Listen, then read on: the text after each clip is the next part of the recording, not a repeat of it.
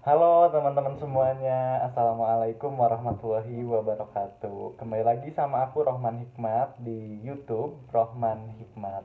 Nah, hari ini aku mau ngonten kembali ngotak ngobrol bareng Rohman Hikmat, dan bahasan hari ini cukup menarik, yaitu kita akan ngobrolin tentang kenapa sih kita sebagai manusia ini sering dadanya sesak ataupun sering merasa insecure dan mengalami kegagalan dalam hidup. Nah, ini aku sambil baca buku judulnya Maaf Tuhan, Aku Hampir Menyerah, karya Alfial Ghazi, yang mana aku ngambil referensinya dari sini.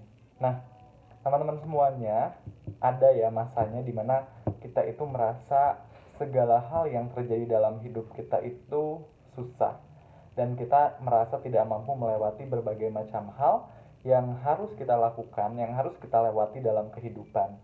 Dan kalau kita tilik lagi dan kalau kita lihat sampai sedalam itu, ternyata yang membuat kehidupan kita sulit ini adalah diri kita sendiri. Ketika kita berhadapan di depan cermin, kita melihat refleksi diri kita sebagai seorang yang gagal, lalu kita membandingkan diri kita dengan pencapaian-pencapaian orang lain. Misalkan orang lain kok di media sosialnya udah menjuarai lomba ini, udah dapat itu, udah menikah, udah berpenghasilan, tapi kok kita belum. Sehingga kita membandingkan diri kita dengan orang lain yang terlihat lebih hebat. Yang mana hal-hal tersebut ini membuat kita merasa sesak karena melihat pencapaian-pencapaian orang lain yang lebih sukses menurut kita. Melihat orang-orang lain yang ternyata sudah menikah tapi kita masih jomblo-jomblo aja. Melihat orang lain yang udah berseragam rapi dengan pekerjaannya tapi kita yang sampai saat ini masih melamar pekerjaan ke perusahaan-perusahaan namun tak kunjung ada jadwal wawancara. Nah, begitulah teman-teman, banyak di antara kita yang memiliki sifat tersebut. Begitulah manusia, selalu menjadikan pencapaian orang lain itu sebagai tolok ukur suatu kesuksesan atau kebahagiaan. Yang mana ketika kita menjadikan tolok ukur tersebut, ini akan menyebabkan kita menghakimi diri kita sendiri. Dan ketika kita melakukan hal tersebut, ini akan membuat hidup kita menjadi semakin rumit. Karena kita terlalu menetapkan standar kebahagiaan kita ini sesuai dengan standar kebahagiaan orang lain juga. Sehingga ada beberapa tips nih yang pengen aku sampaikan buat teman-teman yang berada di fase tersebut. Yang pertama, itu kita harus memfilter dan mencerna terlebih dahulu setiap perkataan orang lain. Karena nggak semua hal ini bisa kita terima, nggak semua hal ini bisa kita ambil. Sehingga ketika kita udah mencerna dan mampu memfilter dari masing-masing omongan tiap orang, ini akan membuat hidup kita jauh lebih bahagia. Lalu yang kedua, ini kita harus jauh lebih bersyukur terhadap apa yang telah kita terima hari ini. Kita jauh harus lebih bersyukur terhadap pemberian Tuhan yang dititipkan kepada kita. Karena ya itu tadi teman-teman, kalau kita nggak bersyukur, kita nggak akan pernah merasa cukup terhadap apa yang telah Tuhan kasih. Yang mana ujung-ujungnya kita merasa hidup kita serba kekurangan dan selalu menginginkan hal yang lebih dari Tuhan kita. Lalu yang selanjutnya, kita harus menghindarkan diri kita ini dari sifat iri hati, dengki, dan juga kufur nikmat. Sehingga bagaimana caranya agar kita ini rendah hati, memiliki sifat yang tidak dengki dan juga tidak kufur nikmat terhadap apa yang telah Tuhan berikan kepada kita. Sehingga hati kita akan jauh lebih tenang dan menghargai setiap pemberian. Karena teman-teman semuanya, penyakit-penyakit hati tersebutlah yang menyebabkan kita ini akan semakin merasakan sesak di dalam dada. Dan kita akan senantiasa terus-terusan dirundung dengan kecemasan dan pada akhirnya akan melenyapkan ketenangan selama kita hidup di dunia. Nah, ini yang sebetulnya menjadi pertanyaan ketika kita sering mendengar orang lain bilang bahwa kita tidak bisa hidup bahagia karena kita yang serba kekurangan. Kita nggak bisa hidup seperti orang lain dan kita merasa hidup ini nggak adil bagi kita. Tapi ternyata pertanyaannya tuh kalau kita balikin bukan tentang hidup kita bahagia atau enggak, bukan tentang bisa bahagia atau enggak, tapi kita mau atau enggak untuk bahagia. Sehingga Kita harus membuat hidup ini jauh lebih sederhana, berjalan, dan tidak mengejar pujian dari orang lain. Nggak apa-apa kita nggak diapresiasi, nggak apa-apa kita tidak dianggap, nggak apa-apa kita bukan menjadi orang yang terlihat. Tapi bagaimana cara kita agar ikhlas dalam menjalankan berbagai macam hal yang kita lakukan. Karena ketika kita sudah ikhlas, maka hati kita akan jauh lebih tenang, karena kita tidak mengejar sesuatu dari orang lain, tapi kita hanya melakukan yang terbaik yang bisa kita lakukan.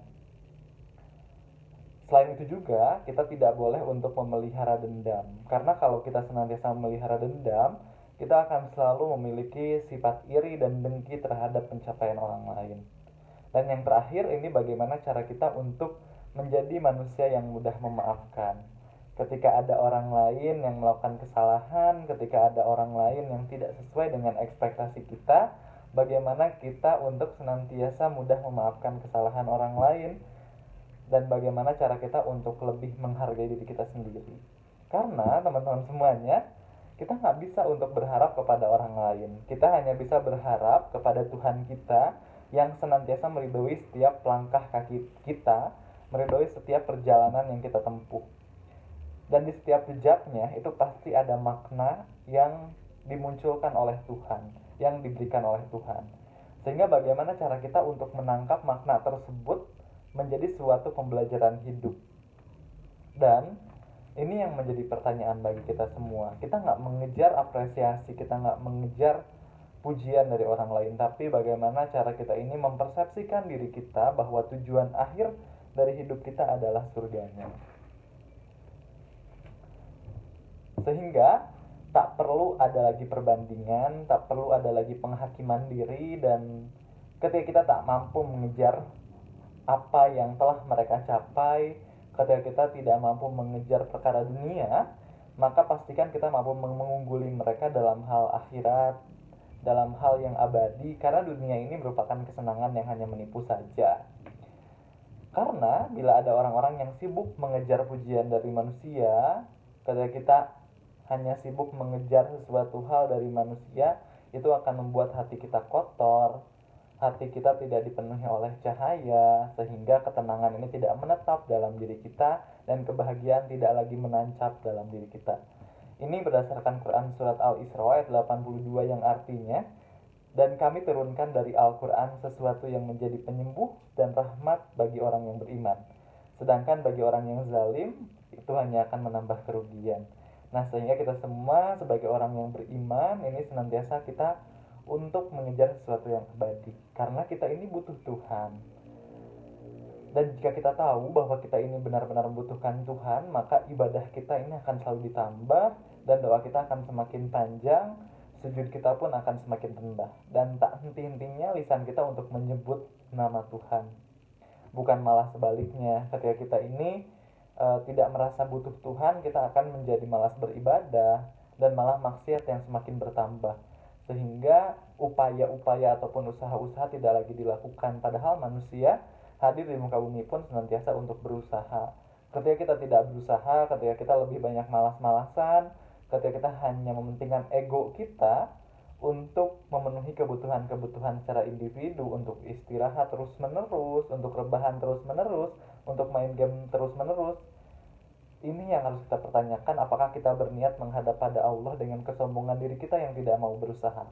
Maka dari itu, mari kita bersama-sama untuk senantiasa berusaha, berupaya untuk memberikan yang terbaik, dan senantiasa meniatkan diri untuk beribadah kepada Tuhan kita. Nah, mungkin itu aja teman-teman yang bisa kita obrolin hari ini, kita sama-sama bagikan di konten ngotak ngobrol bareng Rohman Hikmat. Semoga itu semua bisa menjadi reminder bagi kita semua yang sekarang ini sedang berada di fase yang cukup luar biasa, di tantangan pandemi dan juga di tantangan pemuda yang kini luar biasa banyaknya ya, menjadi suatu persaingan yang cukup ketat. Sampai jumpa di konten ngotak selanjutnya. Kalau kalian suka sama konten ini, silahkan di like, komen, dan sebarkan seluas-luasnya. Terima kasih banyak teman-teman, sampai jumpa ya di konten ngotak selanjutnya.